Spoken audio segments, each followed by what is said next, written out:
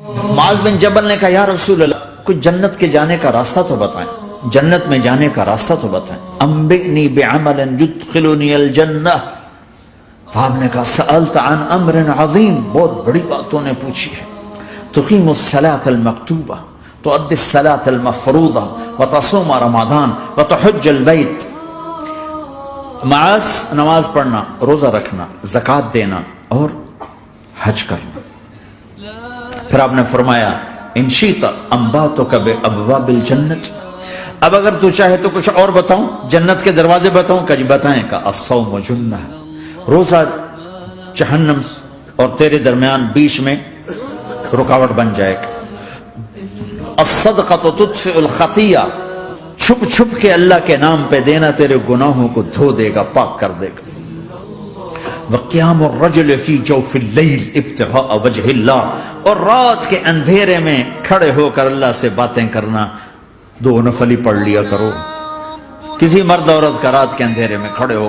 پھر آپ نے کہا معاذ الا انبئک براس الامر وعمودہ وذروۃ سنامہ وبملاک ھذا کلہ، اے معاذ میں تمہیں اب سارے دین کا خلاصہ بتاؤں، سارے دین کا سرا بتاؤں، ستون بتاؤں، ایک روایت کے مطابق ستون بتاؤں، آخری چیز بتاؤں، آخری چیز بتاؤں؟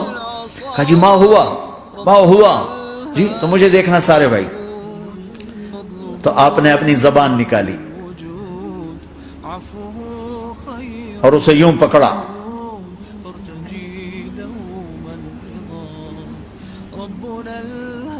معاذ کف ھذا، معاذ اپنی زبان پہ قابو پا جا، یہ میری پوری شریعت ہے، یہ پورا دین ہے۔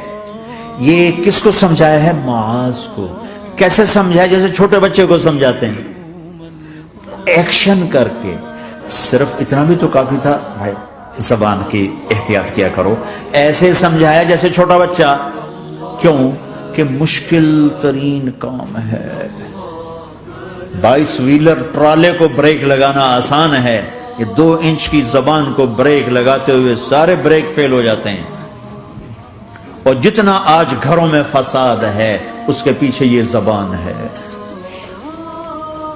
اور یہ کون ہے جس کو معصوم بچے کی طرح سمجھایا ہے؟ معاذ بن جبل۔ اور معاذ بن جبل کون ہے؟ میرے نبی نے کہا قیامت کے دن میری امت کے علماء کا جھنڈا معاذ کے ہاتھ میں ہوگا۔ اور یہ کون ہے؟ میں پچھلے مئی میں گیا ہوں، یہ مئی جو گزرا ہے، اردن ہمارا اجتماع تھا تبلیغ کا، میں وہاں گیا، عمان میں آگے اربد گئے، اربد سے 18 کلومیٹر 20 کلومیٹر آگے حضرت معاذ کا مقبرہ ہے، باپ بیٹا دونوں وہاں دفن ہیں۔ حضرت عمر کے زمانے میں انتقال ہوا، جب میں اندر گیا تو اوپر لکھا ہوا تھا تاریخ وفات 18 ہجری، اور اب ہے 1435 ہجری۔ 1417 سال اس آدمی کو دنیا سے گئے ہوئے ہو چکے ہیں۔ جب میں مقبرے میں داخل ہوا، کمرے میں جس میں قبر تھی، سارے کمرے میں خوشبو ہی خوشبو۔ قبر پر 2-4 چادریں پڑی تھیں، مجھے خیال آیا کہ میرے خیال ہے یہ چادروں پہ خوشبو لگی ہوئی ہے، وہ خوشبو آ رہی۔ اس وقت میں فاتحہ پڑھ کے واپس چلا گیا، جا کے نماز پڑھی، مسجد قریب تھی، مغرب کی نماز پڑھ کے پھر دوبارہ آیا۔ پھر میں کھڑا ہو کے سوچ رہا ہوں یہ کیسی خوشبو ہے۔ تو ایک آدمی میرے پاس کھڑا تھا، میں وہ ایسے کر کے نا چادریں سونگنے کی، شاید یہ چادروں میں خوشبو لگی ہوئی ہے۔ ایک آدمی میرے پاس کہنے لگا جناب یہ خوشبو چادروں میں نہیں ہے، یہ اس قبر والے کی ہے خوشبو، یہ 24 گھنٹے آتی رہتی ہے، 24 گھنٹے۔ پھر میں نے فزیکلی ایک ایک چادر کو سونگا، کسی ایک چادر میں کوئی خوشبو نہیں تھی۔ یہ وہ معاذ ہے جو 1417 سال ہو چکے ہیں مرے ہوئے، اور قبر مہک رہی ہے۔